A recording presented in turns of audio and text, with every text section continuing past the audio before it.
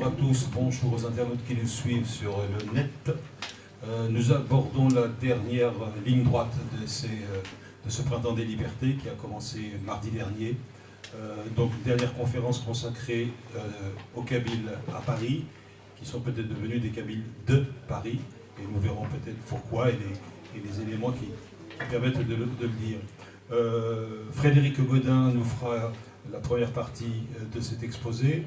Je tenterai de bricoler et d'improviser la seconde, où il sera un peu plus question justement de côté Kabyle de Paris, les éléments qui portent le 2.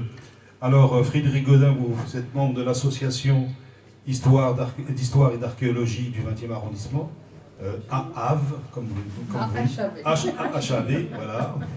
Et avec nous, nous avons c'est Philippe Gluck, voilà, président de l'association, donc quand même un poste important. Et il va nous présenter en introduction l'association. Je vous invite à prendre un micro là, parce que je vois que Slimani est parti, peut-être que... Je vérifie s'il est branché simplement. Voilà. Tu peux prendre celui-là, Philippe. Voilà. Est-ce que vous m'entendez? Oui. Oui. Formidable. Je vais être très très court. L'objet de la réunion, c'est en gros de présenter l'association d'histoire. En 2 mots, à travers l'exemple de Frédéric, on va y arriver. L'association d'histoire, elle date depuis plus de 30 ans. Frédéric, un jour, est venu me voir, il disait quand même les Kabyles, c'est quelque chose d'important dans le 20e arrondissement. Je n'ai pas dit c'est quelque chose. Comme événement, comme histoire. Hein, bien sûr, derrière, il y a les versets. Et j'avoue que je connaissais très très peu, quasiment rien, à l'intégration des Kabyles dans le 20e arrondissement. Vous pouvez parler plus fort. Un peu plus fort. Ou alors mettre un peu plus de son, d'ailleurs. Oui. Voilà. John, ça va comme ça? Oui, il faut monter le son. Voilà, après je le mange, le micro. C'est bon? Voilà. C'est parfait? Voilà. Et donc j'ai dit, bon, ben voilà, faut y aller, Frédéric. Mais alors, le sujet, alors, comme Frédéric est une passionnée à tête chercheuse, voilà, on en a fait 3 articles dans notre rubrique actualité, qui est la rubrique la plus lue. Hein, on a 1800 clics par mois actuellement, ce qui est énorme pour une petite association comme la nôtre. Voilà.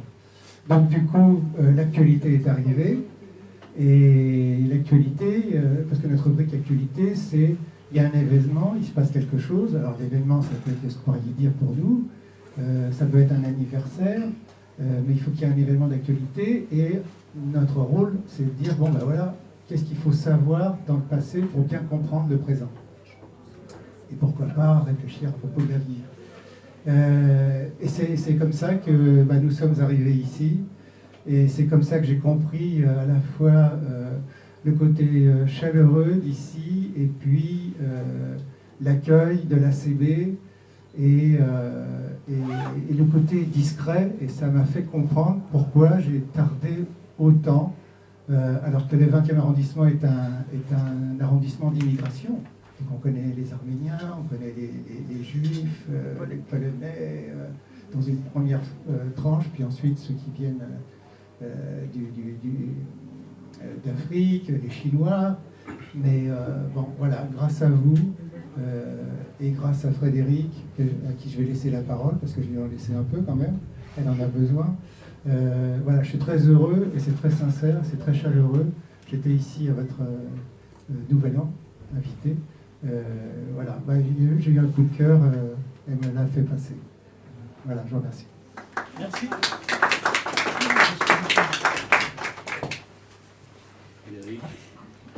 Donc, bonjour à tous. Comment?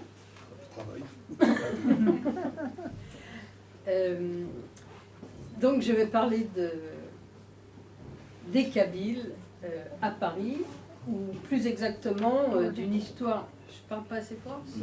C'est aussi pour C'est pour enregistrer. Pardon. Donc je vais parler de l'histoire commune, ou entremêlée en tout cas, de la France et des Kabyles, de la France, de Paris plus exactement, et des Kabyles. Donc, la première période, on va parler du 19e siècle. Tout a commencé à peu près avec le début de la colonisation. Donc, côté français, la situation en France, eh bien, ça débute en gros en 1830. Donc, après la période de la Révolution française, puis de la Restauration, il y a la restauration de la monarchie. Donc 1824-1830 Charles X, et puis 1830 à 1852, avec la monarchie de Juillet, l'arrivée à nouveau de la royauté. C'est important de le comprendre parce que c'est à ce moment-là et dans cette période de réinstallation de la royauté en France qu'arrive donc le régime de l'indigénat qui commence en 1834, qui est instauré en 1834, qu'on appelle parfois le code de l'indigénat, mais... S'il vous plaît. Pardon. Désolé. Donc je reprends. De rien. Donc le régime de l'indigénat débute en 1834. Il sera modifié seulement en 1928 et aboli définitivement en 1946, c'est-à-dire avec De Gaulle. Donc, si on compte, plus d'un siècle plus tard. Et puis, à cela, ensuite, va arriver le Second Empire, 1852-1870, qui se termine en 70, pour ensuite donner lieu à la période de la Commune, qui va nous intéresser véritablement directement.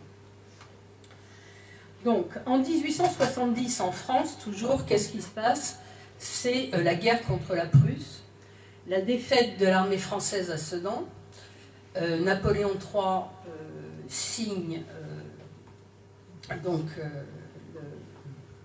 la défaite et les Prussiens annexent. Ça marche? Les Prussiens annexent l'Alsace et la Lorraine.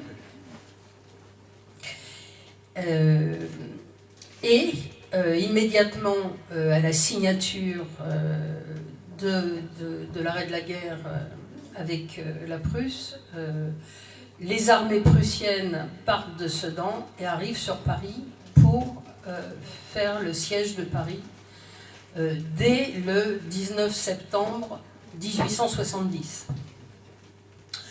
La Prusse va rester, enfin les Prussiens, l'armée prussienne va rester autour de Paris, assiège Paris, jusqu'en janvier 1871. Je parle de toute cette période parce que vous allez voir qu'il y a une intrication des Kabyles dans cette histoire-là. Je n'en parle pas pour rien, ça n'est pas gratuit. Je remets les faits en perspective pour expliquer en partie l'arrivée des Kabyles. Donc, en début 1871, c'est une période énorme de chaos sur Paris, hein, vraiment sur Paris. La garde mobile parisienne est au bord de l'insurrection. L'Assemblée nationale part à Versailles, parce que c'est devenu absolument inextricable. Et le 18 mars, il y a instauration de la Commune de Paris, qui se terminera par la semaine sanglante du 21 au 28 mai. Donc, je vous ai mis plusieurs diapositives, des photos ou des gravures d'époque pour resituer, pour imager ce qui se passait à l'époque. Donc là, on voit les canons qui ont été remontés à Montmartre par la garde nationale, donc sur Montmartre. Il y en avait comme ça à plusieurs endroits de Paris, également à Belleville, faut le savoir. Et d'ailleurs, la diapositive suivante va vous montrer une des barricades qui était à Paris. Et cette barricade, elle est sur la chaussée de Ménilmontant. Voilà. Ici, bon, pour illustrer la fin de la commune, les derniers combats qui se sont situés à l'intérieur du Père-Lachaise, le dernier jour, c'est-à-dire le 27 mai. Non, je crois que j'ai loupé, oui. Ça va trop vite. Donc, parallèlement, en 1871, en Kabylie, donc sur la même période, antérieurement à 1870 et à la période de commune, il va y avoir des révoltes des marabouts. La révolte nobiliaire enfle, la noblesse d'épée et les lignages maraboutiques se soulèvent sous la menace de confiscation de leurs terres et parce qu'ils sont face à des impôts qui sont absolument considérables, imposés évidemment par la France. En 1849, alors excusez, je n'ai absolument pas l'accent berbère, Fatma Nsoumer, comment on dit, de lignée maraboutique entre dans la résistance et se rallie à un autre marabout, Si Mohamed El Hachem. En 1850, elle soutient le soulèvement de Chérif Boubarla, merci, venu de la région des Babors, qui est au nord de Sétif, si j'ai bien vu. Donc voici un des tableaux qui ont été faits par un peintre français, Philippe Otto, exactement, en 1866, et qui représente donc le ralliement de Fatma Nsoumer à Chérif Boubarla. Donc en 1854, elle remporte sa première bataille face aux armées françaises à Tazrout, et les troupes françaises sont vaincues et contraintes de se retirer.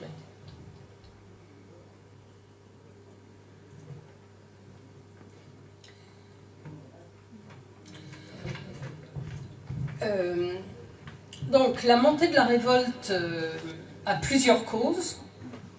D'une part, la grande famine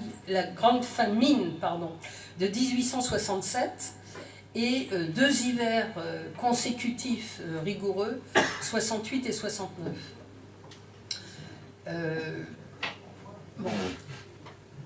Ensuite, il y a le décret Crémieux qui donne aux Européens et Juifs d'Algérie la nationalité française, mais pas aux Algériens autochtones.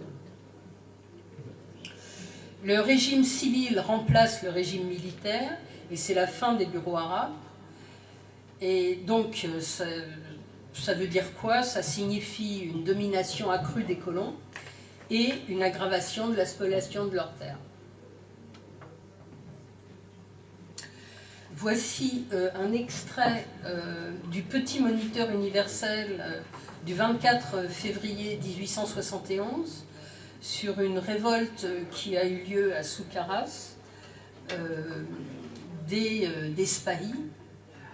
Nous trouvons dans un journal de Marseille des récents événements dont Soukaras a été le théâtre, une lettre d'un mobile des Bouches-du-Rhône, 43e de marche, pleine de détails intéressants.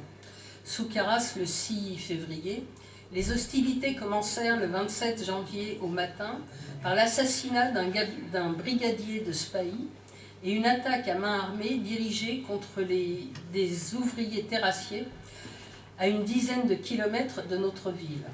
Ce complot était tramé depuis 3 mois et il ne fallait qu'une étincelle pour qu'il éclatât. Cette étincelle, le gouvernement l'a fournie en voulant forcer les Spahis indigènes à quitter leur foyer afin d'aller exposer leur vie pour un pays qui n'est pas le leur.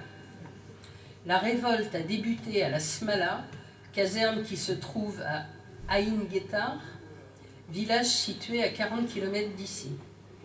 Les indigènes ont bloqué leur caserne dans laquelle étaient plusieurs de leurs chefs, leurs capitaines et des Spahis français. Donc, diapositive suivante, on voit les Spahis qui sont Cours-la-Reine. Alors le Cours-la-Reine est la partie basse des Champs-Élysées actuels, à côté entre la place de la Concorde et en gros l'Élysée. Donc ils étaient cantonnés là.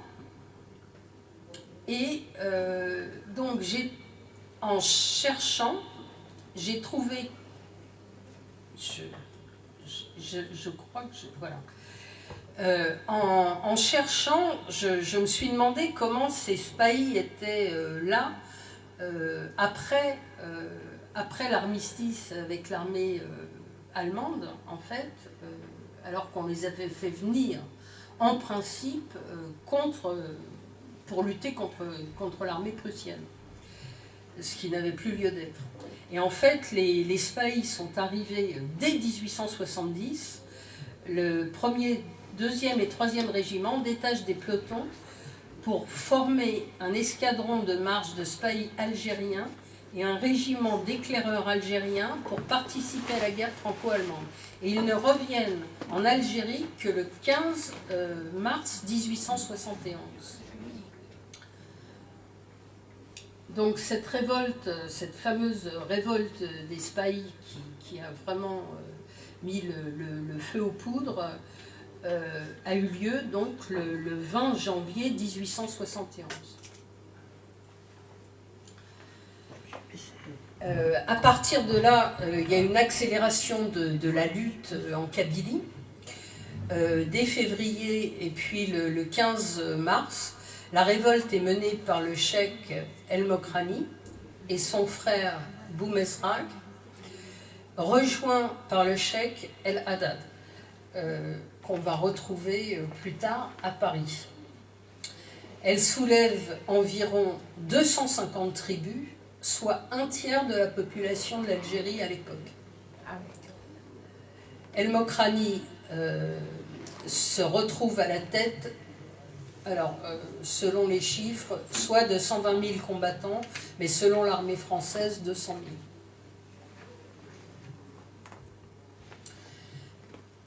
000. Voici une gravure de l'époque. Le 16 mars 1871, les troupes de Mohamed Ait Mokran, dit Cheikh El Mokrani, attaquent... Bon, il y a beaucoup de noms que je n'arrive pas à prononcer. Merci.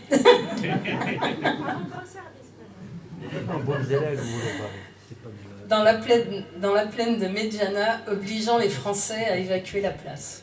Voilà, donc c'est une gravure qui est sortie dans l'illustration en 1871. Les révoltes conduites par El Mokrani s'étendent aux 3/4 du pays avant d'être réprimées, bien entendu, par l'armée française. Donc la fin des révoltes et la répression, fin mai 1871, une fois que l'armée française en a eu fini avec les communards, puisque la fin de la commune, comme on l'a vu plus tôt, était le 28 mai. Donc à partir dès qu'ils en ont eu fini, ils se sont attaqués à la révolte, aux insurgés de Kabylie.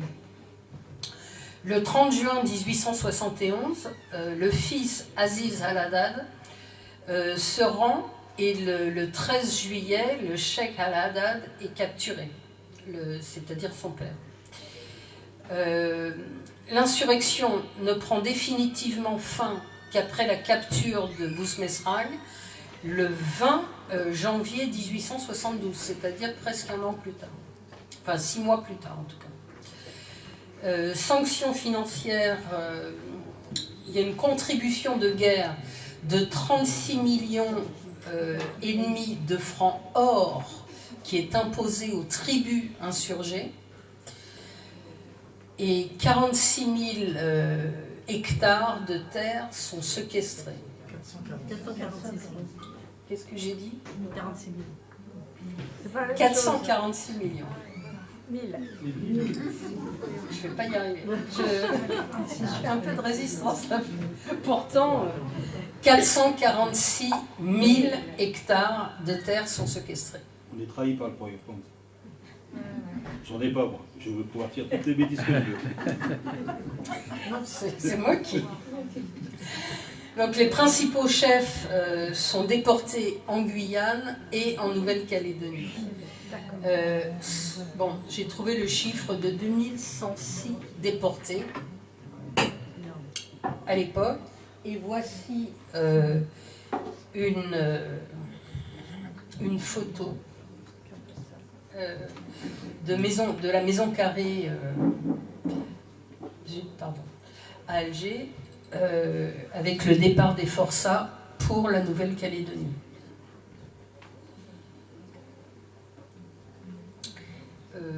De l'autre côté de la Méditerranée, on a ici l'arrestation de Louise Michel, qui se rend le 24 mai 1871. En échange de la libération de sa mère, parce qu'ils étaient venus arrêter la mère, et pour que sa mère ne soit pas gardée, elle s'est rendue. Donc la fin de la déportation et le retour, alors là ça va être encore inique au niveau des Algériens, puisque l'amnistie générale est déclarée en juillet 1880, sauf pour les Algériens, suite bien entendu au régime de l'indigénat, qui donc ont un statut à part. Donc ils sont censés rester en Nouvelle-Calédonie, alors que les communards peuvent rejoindre la France.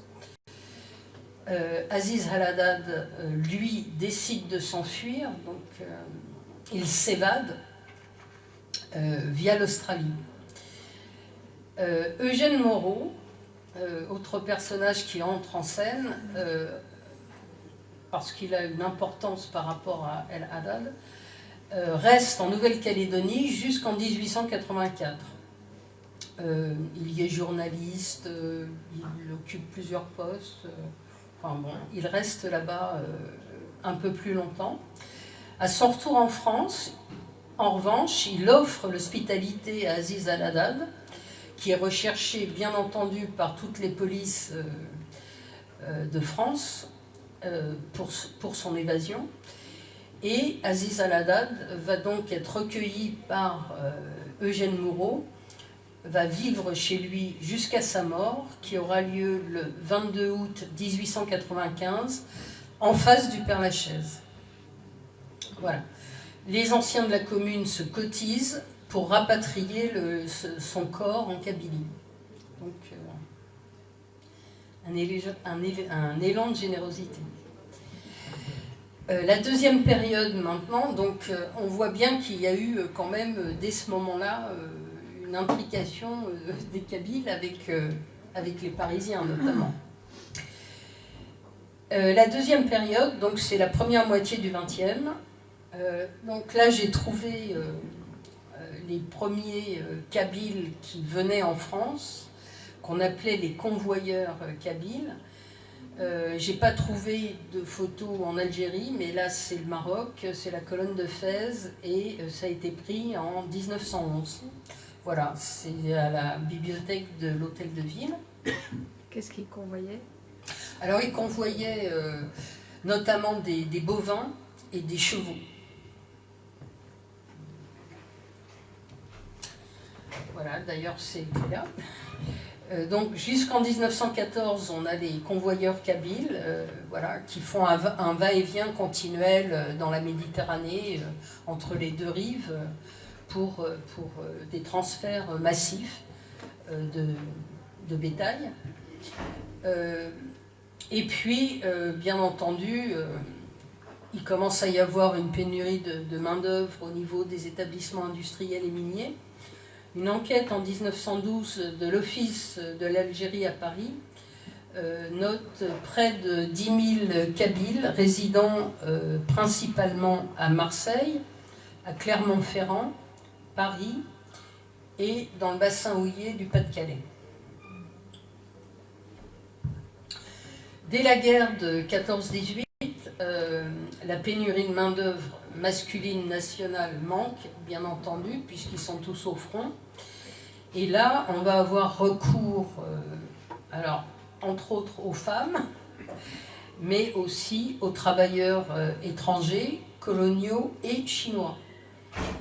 Officiellement, plus de 225 000 coloniaux et chinois qui représentent plus de 7% de la main-d'œuvre militarisée et 16% de la main-d'œuvre civile dans les usines d'armement.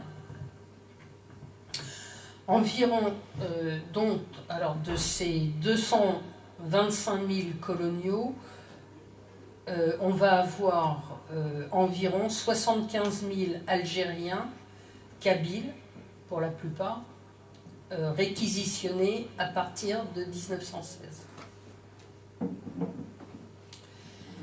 Donc voici encore une photo que j'ai trouvée qui sont des tirailleurs algériens prisonniers de l'armée allemande, 1914.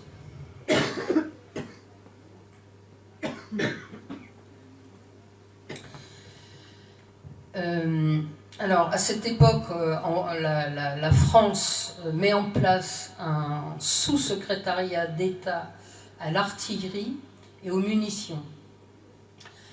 L'État prend en charge pour la première fois, c'est-à-dire que tout ce qui était dans les usines, enfin dans le secteur privé, l'État va le prendre en charge.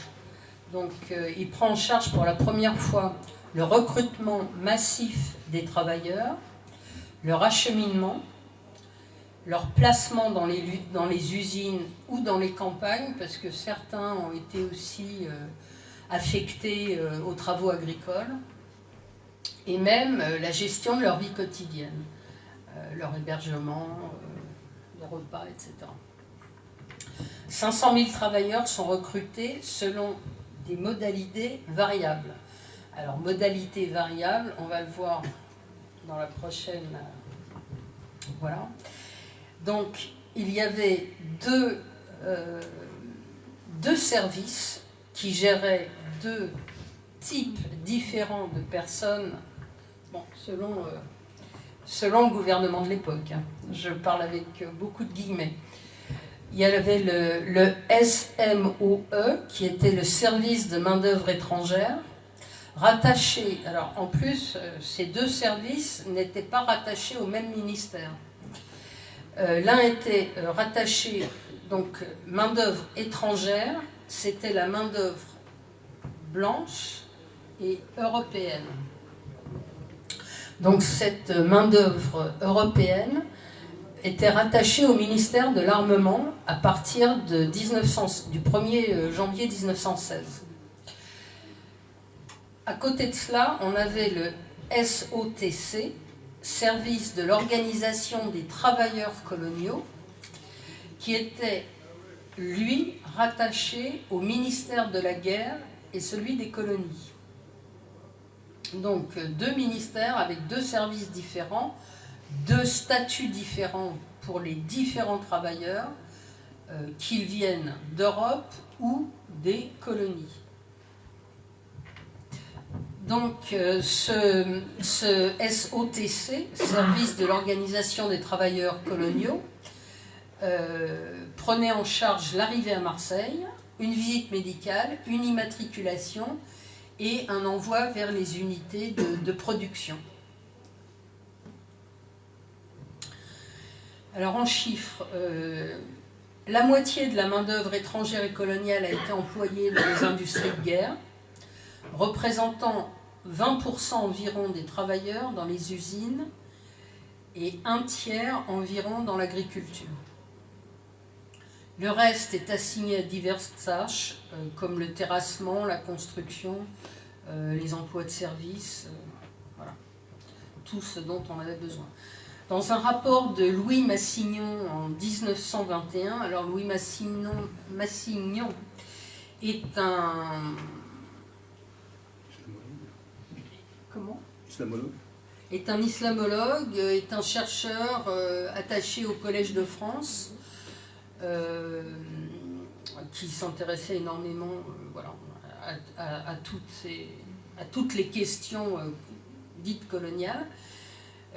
Et donc, dans son rapport, il exprime qu'il y a près de 12 000 travailleurs kabyles dans l'agglomération parisienne, dont 2 700 aux usines Renault à Billancourt, 7 000 aux usines Citroën à Clichy et Levallois, et 2 500 laveurs de voitures à Saint-Ouen, Levallois et Aubervilliers.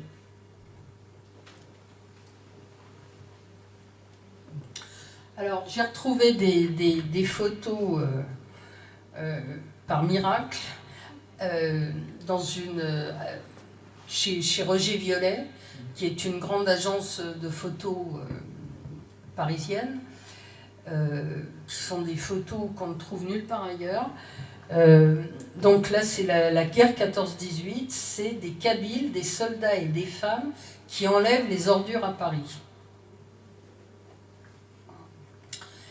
Et la suivante aussi, voilà, idem, ramassage des ordures à Paris en 14-18 par les Kabyles. Là, j'ai mis une photo d'usine d'armement. Donc là, ce sont des productions d'obus pour le canon de 75, comme on l'appelait. Et donc là, c'est une fabrique d'obus à l'usine Berlier de Lyon, où vous voyez essentiellement des femmes.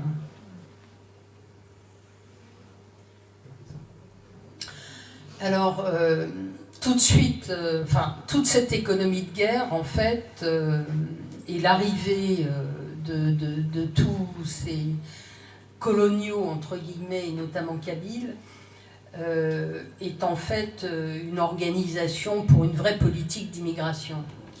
Donc on recrute la main-d'œuvre, on met en place des formes de régulation du marché du travail, et on instaure des pratiques s'inspirant notamment du culturalisme de l'époque et de l'humanisme colonial. Encore un nom très barbare, dont je ne sais pas très bien moi-même ce qu'il recouvre. Sur environ 80 000 individus présents en France, 87% provenaient des 2 départements kabyles, Tizi Ouzou et Constantine. L'émigration algérienne est donc éminemment kabyle, selon le sociologue Mohand Khelil. Khelil. Je commence à... Il n'existait pas le département de Tizi Ouzou, hein. C'est Alger. Comment ? Constantine et Alger. Non, mais c'est... Là, j'ai repris les termes que j'ai trouvés de l'article. Oui, c'est le département d'Alger à l'époque. Okay. Et Oran.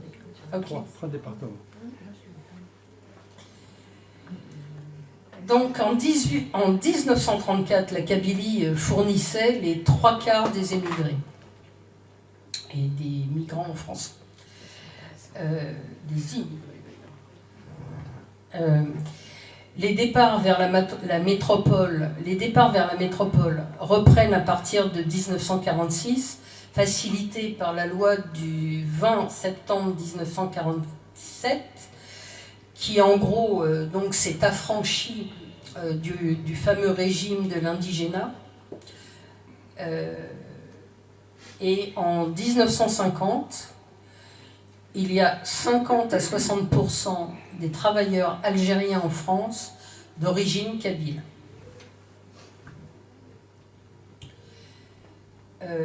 Donc l'immigration de travail est masculine et jeune, rythmée par de nombreux allers-retours.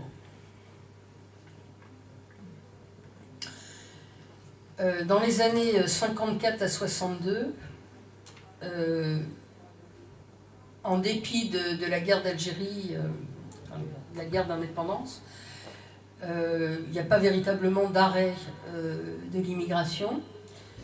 On passe de 211 000 Algériens présents en France en 1954 à 350 000 en 1962. Les régions de départ se diversifient. La Kabylie reste en tête, suivie par les départements d'Oran, Constantine, les Aurès et Tlemcen. Les hommes émigrent de plus en plus avec leurs familles. 7000 familles en 1954 et 30 000 en 1962. Voilà. Donc je passe la parole à Mustapha pour la période actuelle. Oh.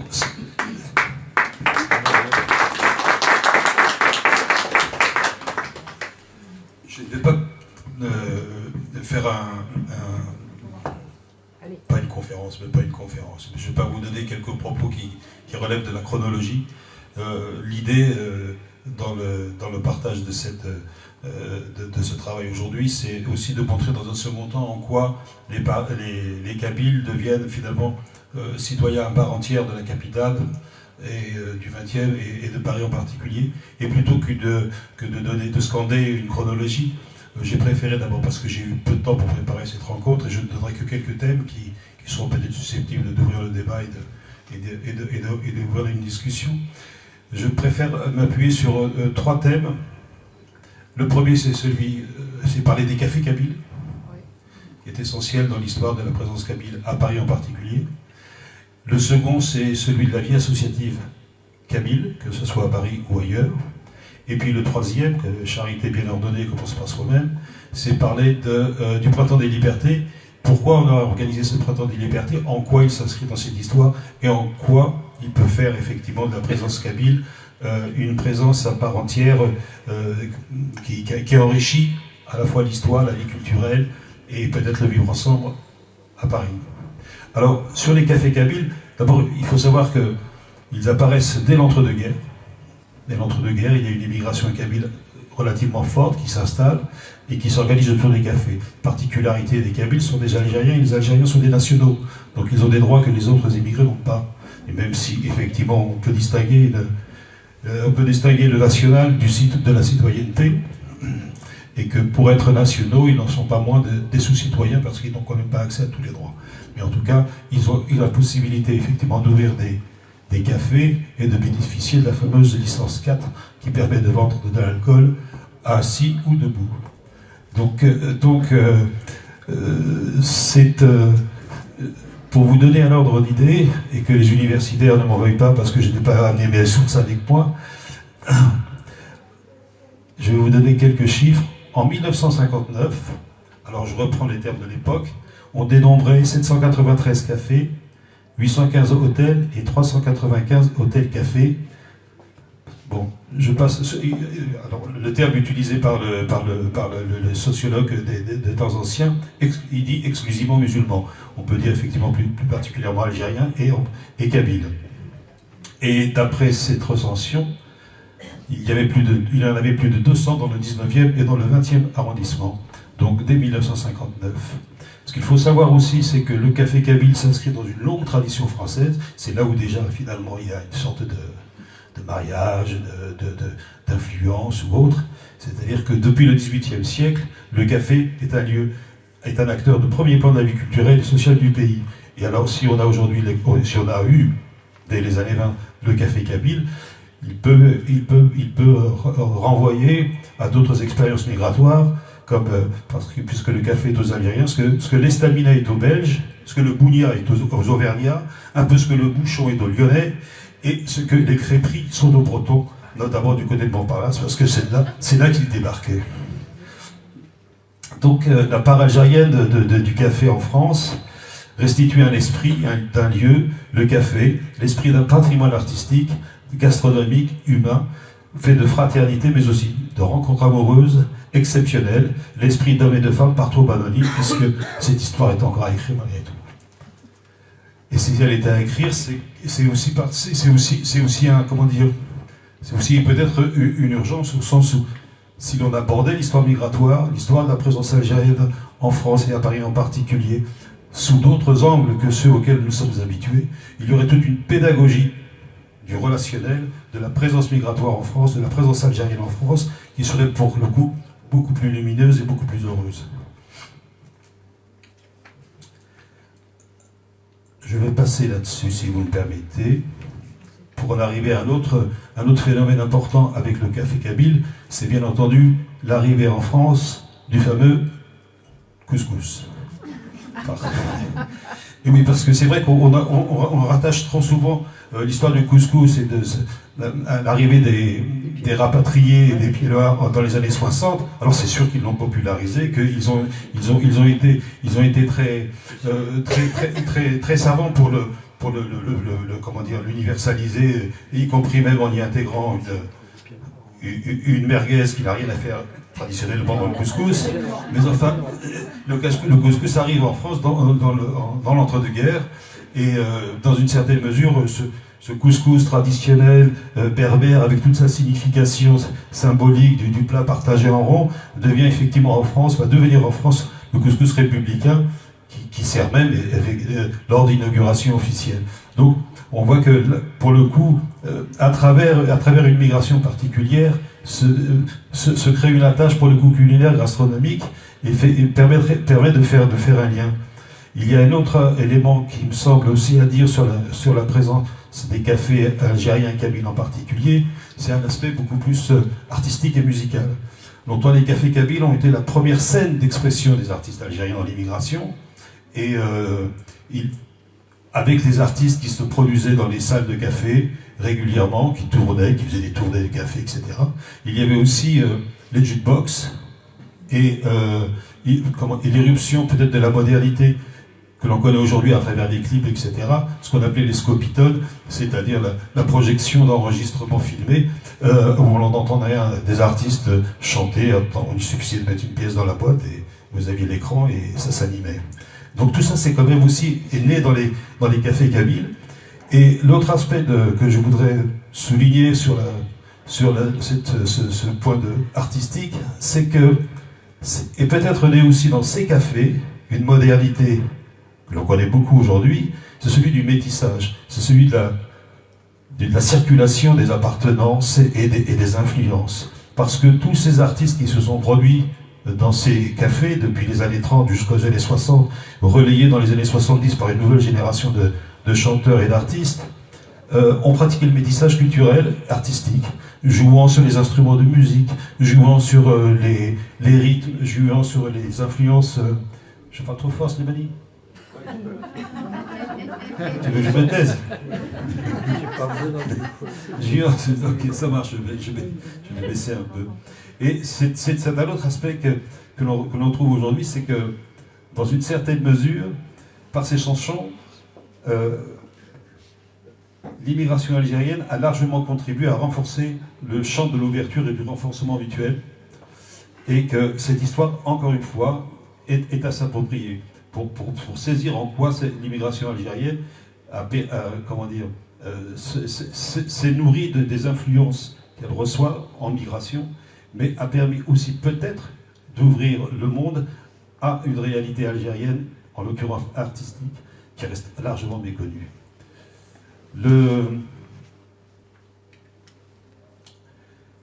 La nouveauté aujourd'hui, pour le coup un petit point chronologique, c'est qu'aujourd'hui, et pour vous le dire en toute intimité, le café de papa, il est devenu très différent. Aujourd'hui, je pense que, paix à son âme, mais il y avait un plafond de verre chez certains tenants de bistrot.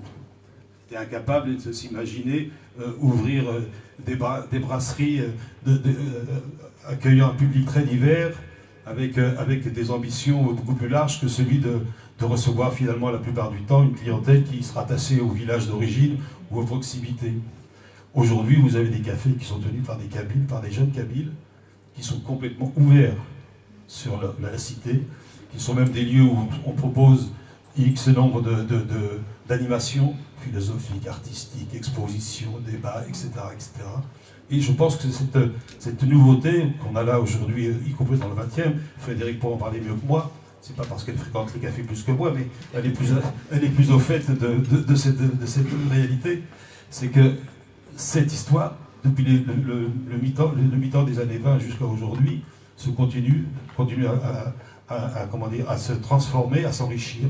Par exemple, lorsqu'il y a une Coupe du Monde de football, il n'est pas rare d'avoir à la fois le drapeau français et le drapeau algérien qui flottent dans ces cafés et les populations se complètement mêlées.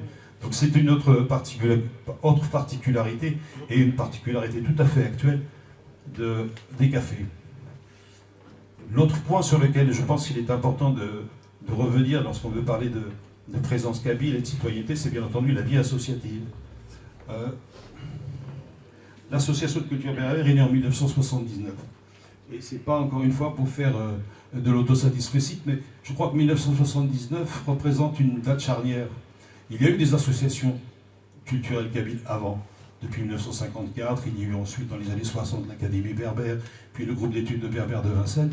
La différence entre ces associations et l'ACB par exemple, et toutes les associations qui vont naître dans les années 80, c'est que aujourd'hui ces associations nées en 79 et après se situent en France. C'est-à-dire qu'elles se situent, leur objet n'est pas seulement de se rattacher au pays d'origine, de se rattacher à la région d'origine, de faire vivre une culture et de voir dans quelle mesure on peut créer des liens entre l'ici et là-bas, mais elles assument aussi un projet citoyen en France. Laïque en l'occurrence, la plupart du temps, c'est une autre caractéristique de ces associations. Elles sont souvent laïques, féministes, inscrites dans une certaine forme de modernité, en essayant tant que faire se peut de la faire vivre, ce qui n'est pas toujours évident. Je vous parle en tant que responsable associatif. Comment inscrire une culture à la fois dans son patrimoine, mais aussi dans ce qui l'enrichit aujourd'hui. Et ça fait partie du projet de ces associations.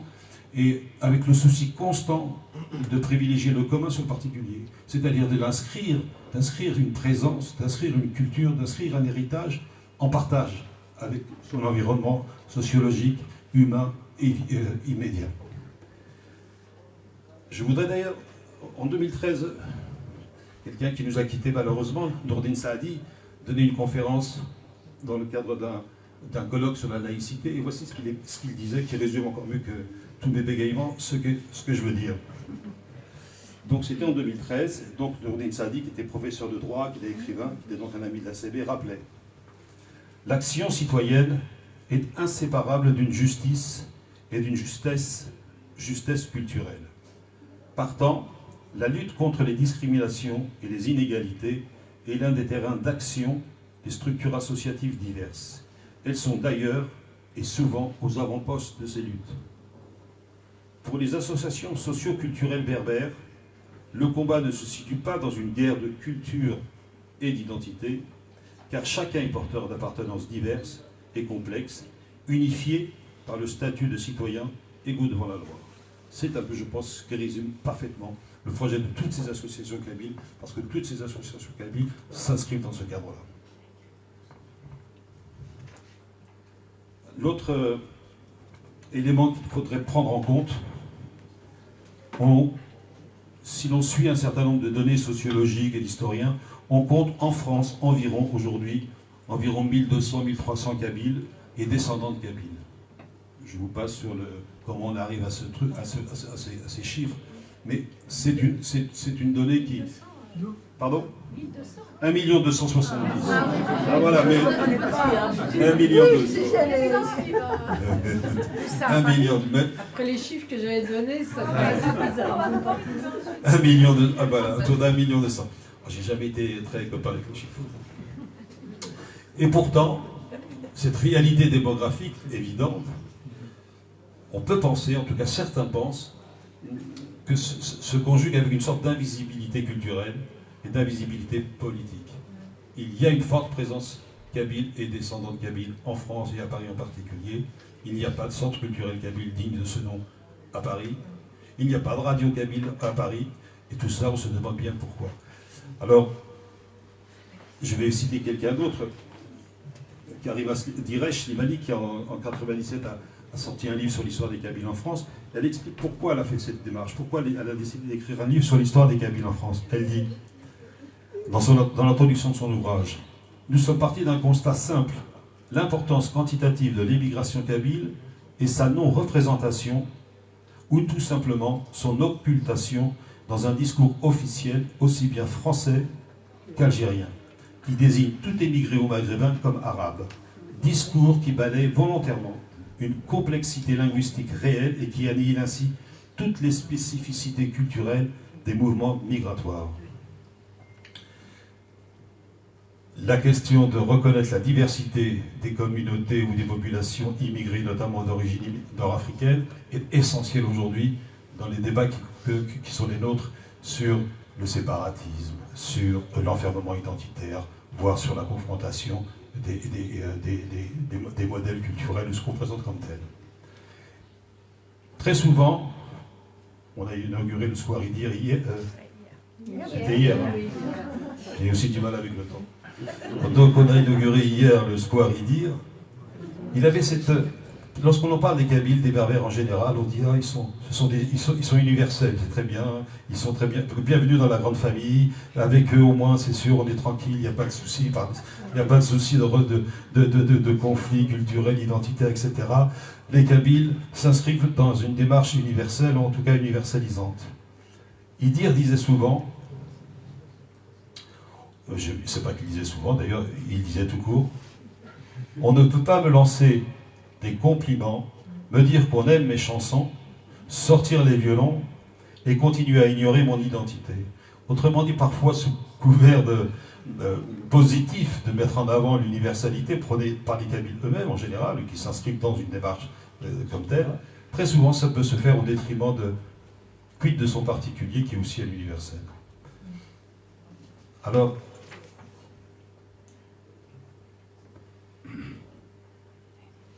je vais maintenant aborder le dernier point, celui que vous attendez tous, celui du Printemps des Libertés, qui va un peu refermer un peu cette ébauche, ces quelques éléments que j'offre à la réflexion sur la présence kabyle et surtout sur l'inscription des Kabyles, la population kabyle dans des réalités sociologiques parisiennes et citoyennes.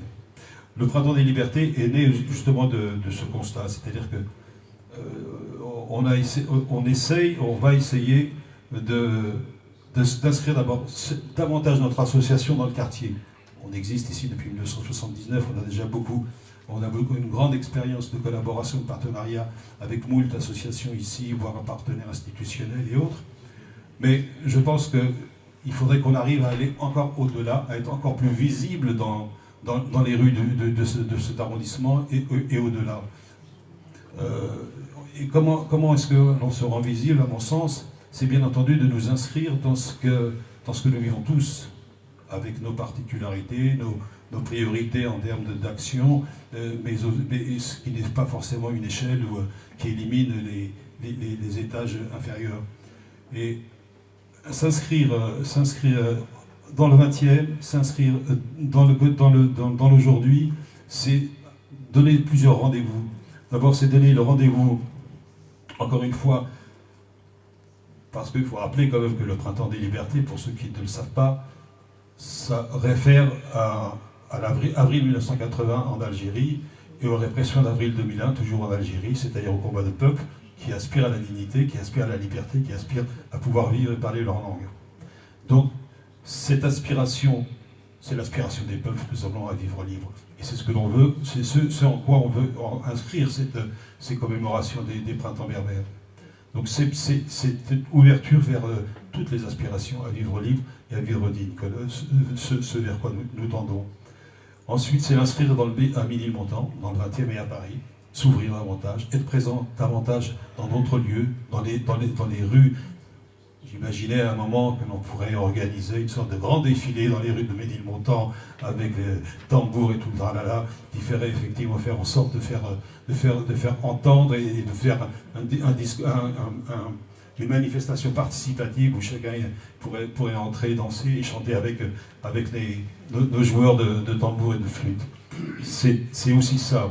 C'est aussi inscrire les réalités kabyles, les héritages que l'on reçoit dans l'ici et le maintenant. C'est de les faire, comme disait Ouloud Mamri par exemple, d'enrichir cette culture par tout ce que les dynamiques modernes peuvent apporter.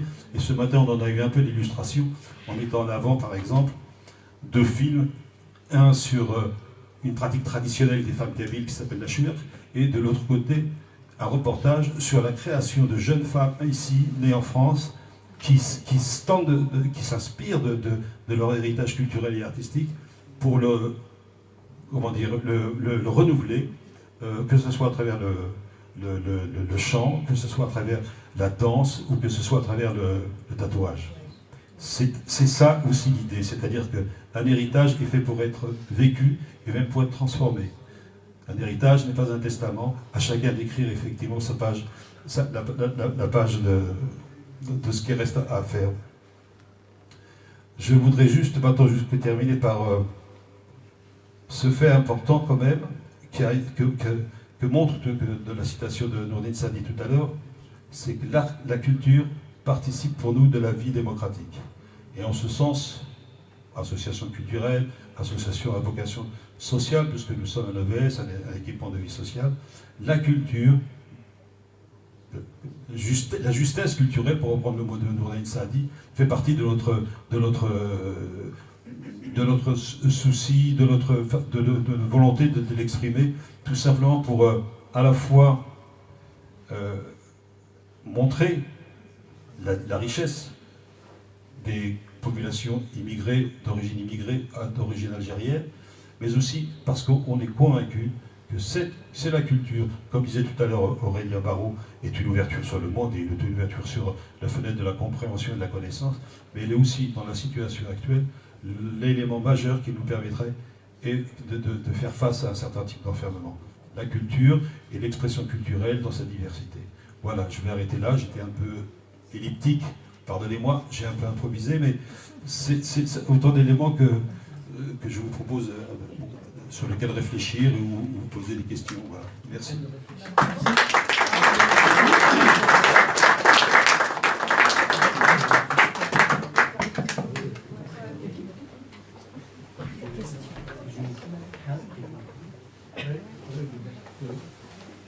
Oui, j'interviens parce que j'ai eu l'occasion de contribuer au film sur Fadma Soumar qui a été fait par Boukash Mhadjaj. Et Boukash Mhadjaj a travaillé avec des historiens, des sociologues, des anthropologues, etc., avec des gens qui connaissent très bien l'histoire. Et vous avez par 2 fois dit que Fadma Soumar s'est rallié à Boubrela. Or, c'était l'inverse. Boubrela n'est pas de Kabylie. On ne sait pas, d'ailleurs, historiquement, jusqu'à présent, personne ne sait d'où il était exactement. Bon, on sait qu'il vient de l'Ouest. Certains historiens disent qu'il était dans les troupes d'Abdelkader, mais après la défaite d'Abdelkader, il a réussi à échapper et il a traîné. Et quand il a appris qu'il y avait le soulèvement, la résistance en Kabylie dirigée par Fadma Soumar, il est venu la rejoindre. C'est lui qui s'est rallié à elle. Et puis, bon, autre chose, pour ceux qui connaissent la mentalité kabyle, déjà entre nous, on n'accepte pas un chef qui vient s'imposer. On a toujours choisi comment on appelle ça, Lamine, les Amines, Lamine et puis les adjoints, les deux adjoints, trois adjoints du village. Taman, voilà. Donc c'est quand le poste de Lamine ou de Taman se libère, c'est pas quelqu'un qui va se lever, il va faire une campagne électorale pour se faire élire. Non, c'est les gens qui se connaissent qui vont choisir le plus méritant et lui disent c'est toi qui devient le chef. Donc, avec cette mentalité-là, je ne les vois pas accepter quelqu'un venu de on ne sait pas où et se rendre à lui et se mettre à ses ordres. Voilà.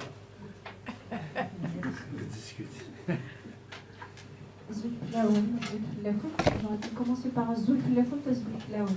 Je vais me lever parce que je suis trop petite. Ma question... c'est plus grande là tout de suite. Je deviens grande pas seul coup. Moi, c'est sur les statistiques que vous avez évoquées tout au long de votre diapo, où il est beaucoup question de travailleurs kabyles. Et moi, ma question, est-ce que ça a été vraiment écrit comme ça, sachant qu'aujourd'hui, en tout cas, les statistiques ethniques sont normalement interdites en France. Donc, ces statistiques où c'est écrit vraiment kabyle, c'est comme ça que c'est écrit dans les archives que vous avez pu consulter éventuellement. Merci.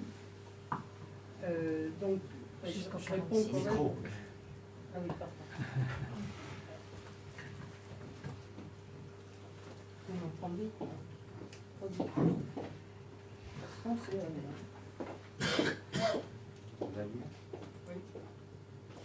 1.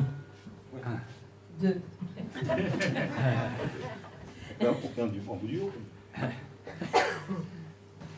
Alors, toutes les statistiques que j'ai prises, comme vous dites, alors oui, donc, pour d'abord faire l'article que j'avais écrit pour la HAV et la CB, puisque ça a été repris aussi à la CB, donc j'ai quand même compulsé, je ne sais pas combien d'articles, sur des sites extrêmement officiels, de type Kern et autres, qui n'ont que des revues scientifiques.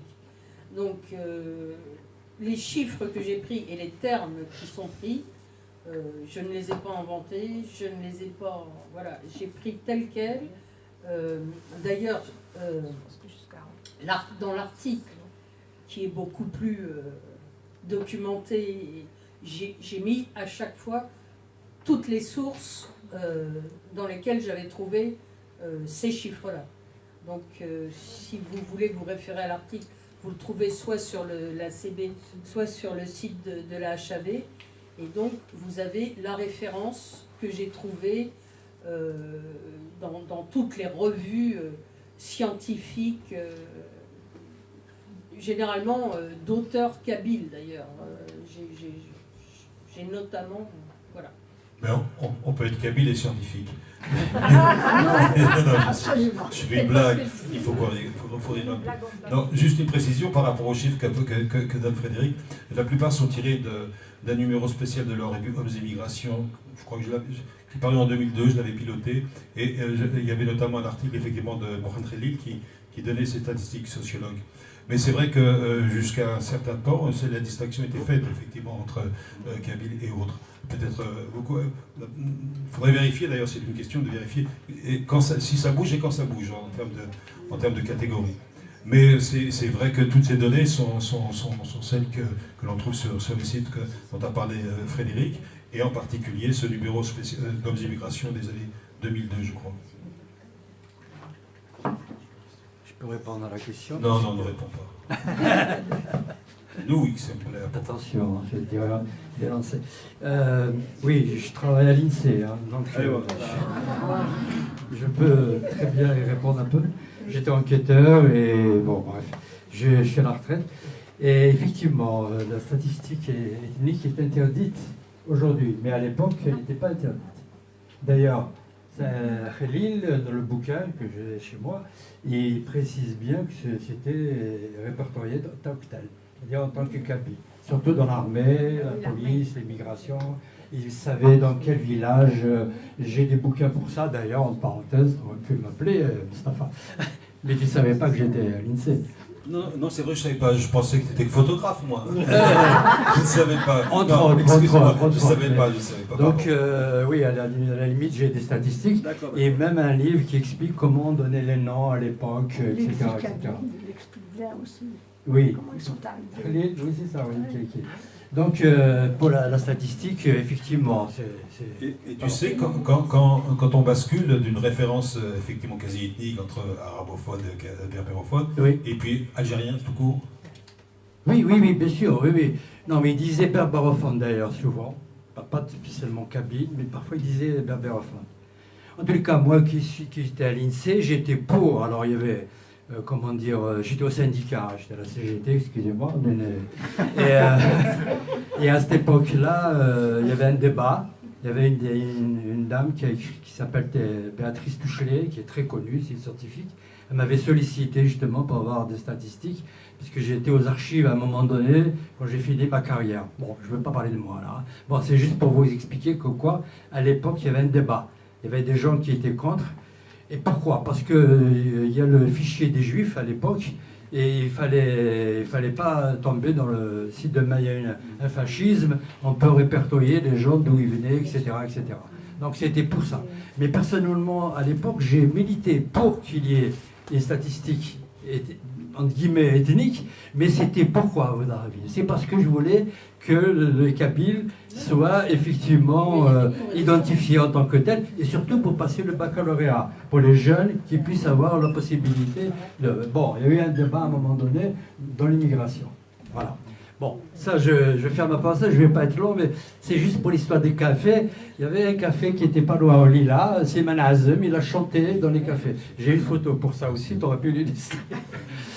Attention, hein, je vais le solliciter, tu vas bien oui. Oui, il n'y a pas de problème. D'ailleurs, j'ai une photo de Taoussa Amouche, je lui ai dit, il fallait la mettre la prochaine. Ça marche. Tu vas voir comment c'est. Bon, qu'est-ce que je vais dire? Si Manazem, il est passé ici, il y avait un cinéma, maintenant c'est un supermarché. J'ai la photo aussi, qui a été illustrée par Foufi, qui a écrit sur les chants kabyles, etc. Musicologue, voilà, et qui l'avait emprunté, etc. Bon, qu'est-ce que je vais dire? Oui, effectivement, les cafés, il faut le dire, aussi Boulevard de Charonne, j'avais un cousin qui était éboueur. Alors, tu ne vas pas citer toute la famille. Non, je ne vais pas la citer. Il s'appelait Saïd. Et il travaillait au 80 Boulevard de Charonne. Vous allez voir, c'était un hôtel. Et il y avait les restos, pour revenir au stade des restos, parce que effectivement, les couscous kabyles existaient, mais c'était que des travailleurs. D'ailleurs, c'était 5 euros, 5 francs, même pas, bon, 20 compris, hein, parce qu'il y avait du vin quand même, malgré tout. Même si, il faut le dire. Même si certains étaient contre de vendre du vin qui était assez musulman. Mais cela dit, mais il est vrai que le couscous a été, les restaurants qu'on voit, c'était les pieds noirs, il faut le reconnaître. Et les merguez, effectivement, venaient de là, effectivement, etc., etc. Sinon, en Kabylie, les merguez, ça n'existait pas, il faut le dire. Bon, voilà, bon, je fais la parenthèse. J'avais reçu Magali Morsi quand j'avais encore les cheveux, qui avait fait un livre spécial sur le couscous et qui était en furie contre la présence de la merguez dans le couscous. Voilà. Allez, d'accord. Bon, bref. Voilà, alors, je peux encore parler de 2 heures, mais bon. Non. À bientôt. Merci beaucoup. Vous en prie. Non, c'est pas de problème. Je bouge pas, moi. Tout à l'heure, merci. Je voulais juste rappeler qu'il y avait, il y avait une infime minorité qui a participé à 2 événements historiques, une infime minorité kabyle, 2 événements historiques qui sont la guerre d'Espagne du côté des républicains et la résistance française. Ça m'a été donné de découvrir ça lorsque j'ai fait une réalisation sur la mosquée de Paris, intitulée La mosquée de Paris, une résistance oubliée de 40 à 44. J'ai découvert qu'en fait, on convoyait des enfants ou des parachutés alliés qui était tombé derrière les lignes allemandes, jusqu'à la mosquée. La mosquée n'était pas un lieu de séjour, mais un lieu de passage. Donc, et j'ai découvert aussi qu'il y avait des FTP dits kabyles. Parce qu'on parle de la Moye, des FTP Moye, mais les FTP kabyles, comme ils étaient sujets français, n'étaient pas Moye. Donc il y avait des FTP kabyles qui convoyaient soit les enfants, soit les parachutés. Voilà.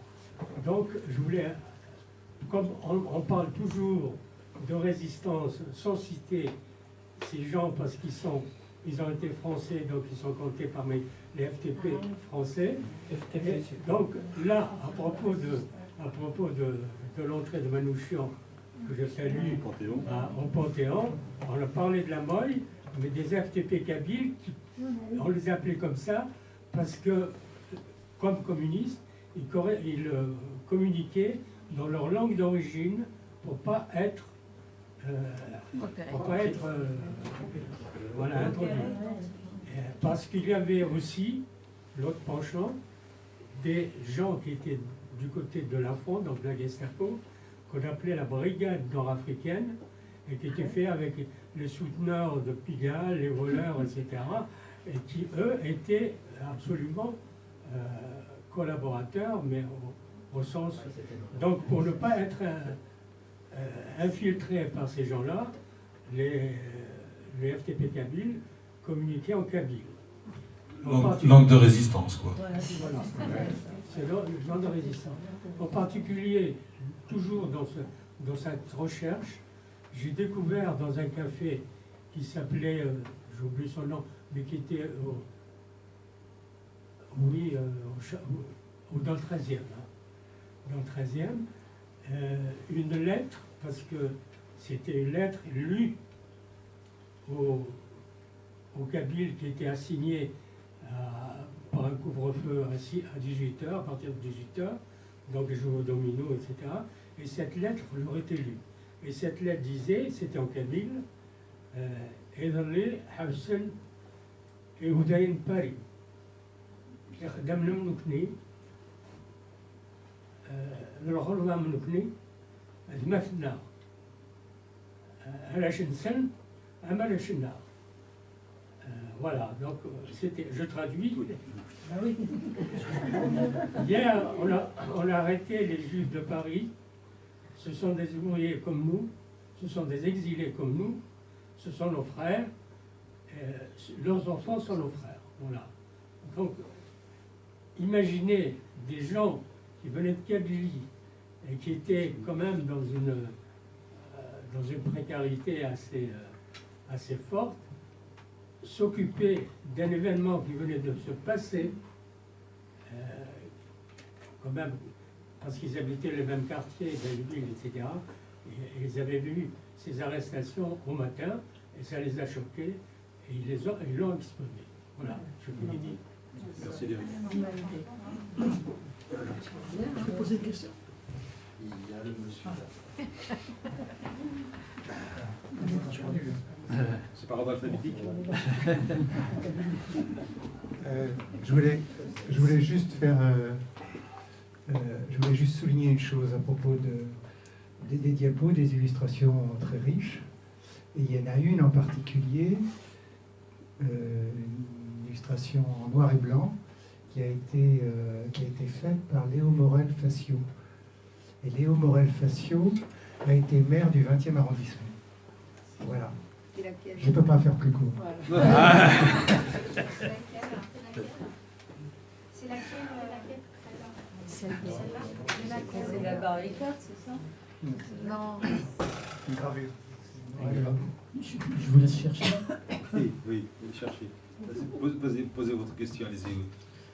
Une petite question. Tout à l'heure, matin, Frédéric parlait du bureau arabe en Algérie et ensuite du code de l'indigénat. Je voulais avoir quelques précisions sur la différence qu'il y avait entre le bureau arabe et le code de l'indigénat, et en insistant tout particulièrement sur le bureau arabe. Merci.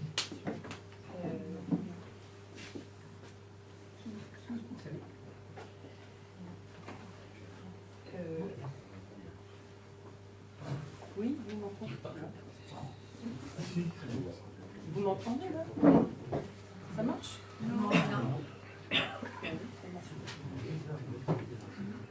Et là? Il faut approcher le micro.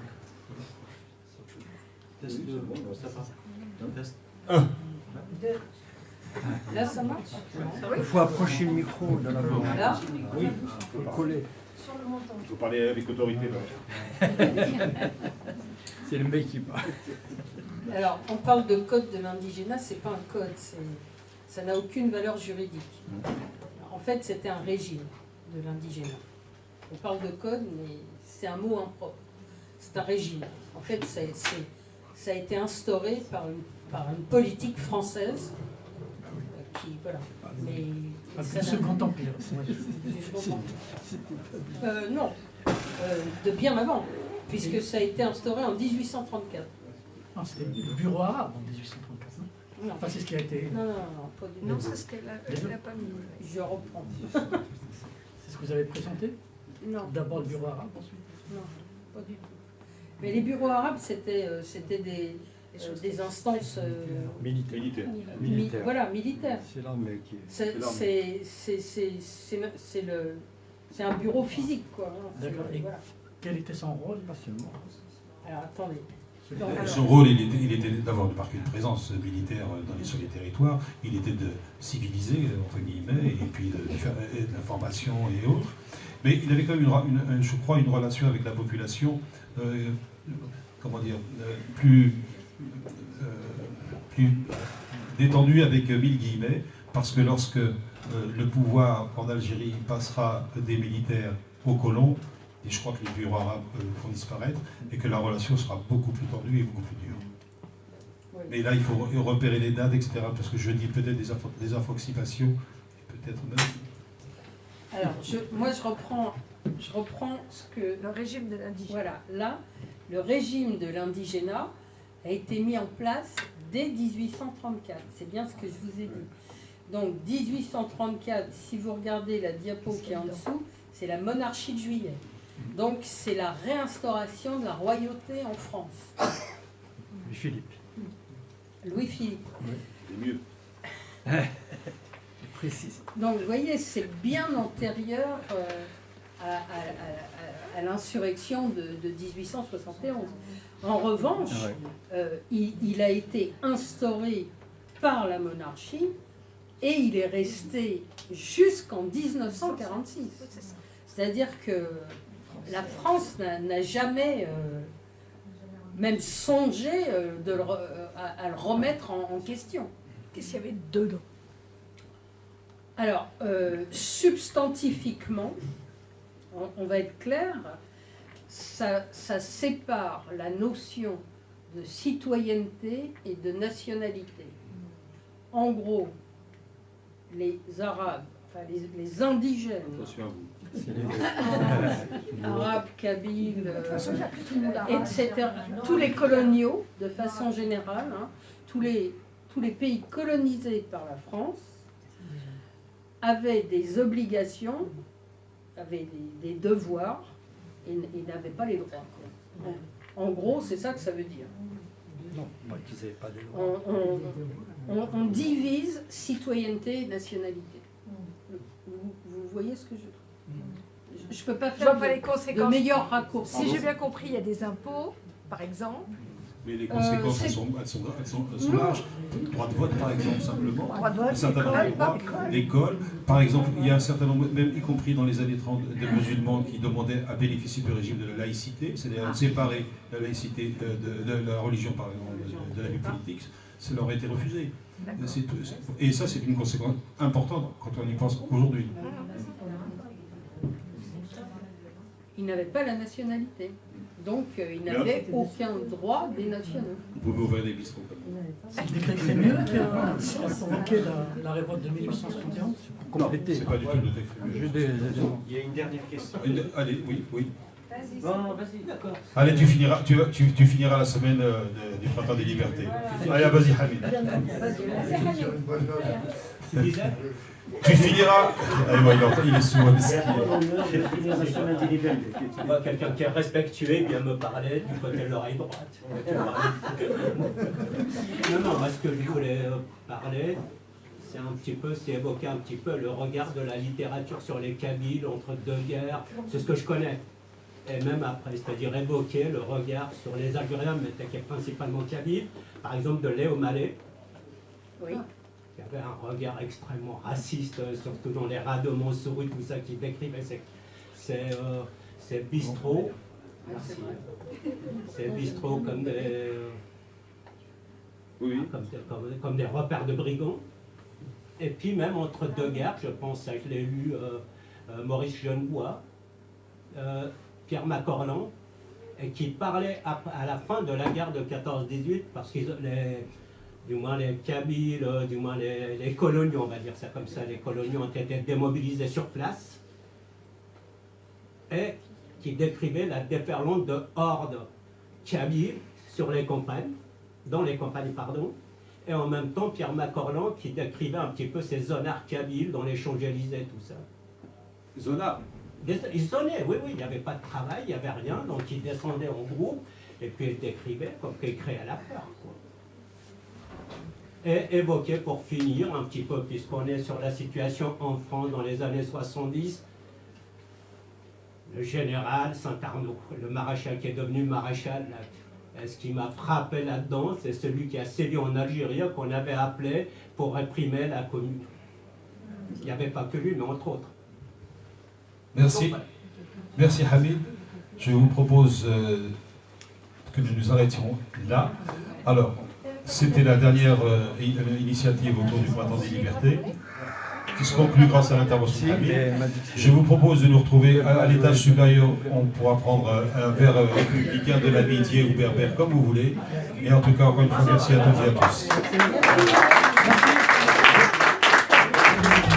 tous.